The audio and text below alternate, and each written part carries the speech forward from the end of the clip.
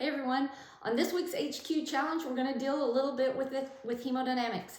Hemodynamics is sometimes a source of concern for respiratory students, so if you find yourself struggling, on my website, respiratoryhq.com, I have a very inexpensive mini course that drills down hemodynamics as simply as I possibly can, and it focuses on what you need to know for your credentialing exam. So check that out if you're having problems. But today, we are going to talk about a patient in the ICU that has a balloon-tipped flow-directed catheter. Just stop right there. That's a lot of words really to mean a pulmonary artery catheter. It's also referred to as a Swan-Ganz catheter. Let me just show you right here. The reason we talk about this like this is when they are inserting that Swan-Ganz catheter or that pulmonary artery catheter, they insert it and they inflate a balloon, okay, balloon tipped. And that balloon, the blood flow that's moving through the heart picks that balloon up and floats it in to a correct position within the pulmonary artery. So balloon tipped flow directed catheter. And the reason I'm talking about it like that is the board exam does like to use those terms.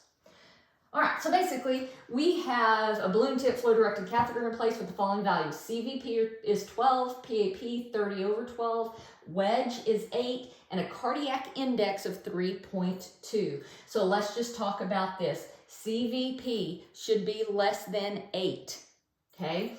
PAP should be about 25 over 14. Wedge should be anywhere from 4 to 12, and cardiac index should be greater than 2.5. All right, so let's look at this over here, and I'm just going to put these values on this chart. So CVP is 12.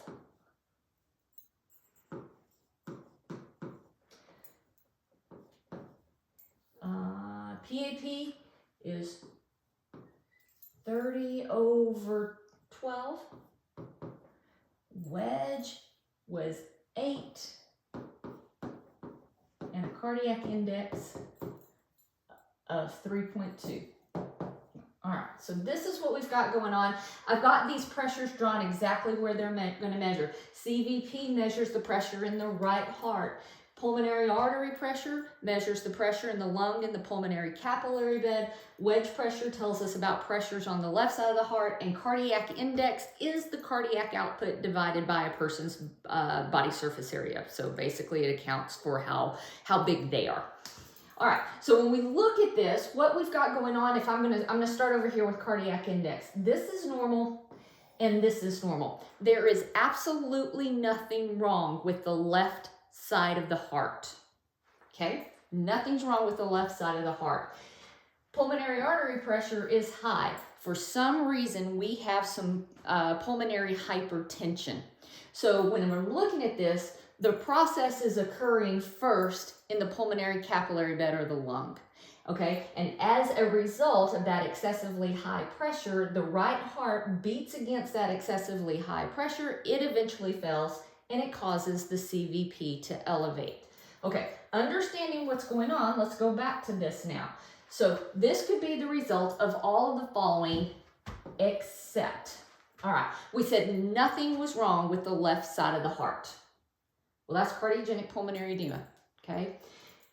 But a pulmonary embolism will cause an elevated pulmonary artery pressure, which is called pulmonary hypertension. And non-cardiogenic pulmonary edema occurs at that pulmonary capillary bed. So B, C, and D can all account for these type of changes. The one exception is cardiogenic pulmonary edema. Hope this has helped. If you need to review hemodynamics, check out my website, respiratoryhq.com. See you soon.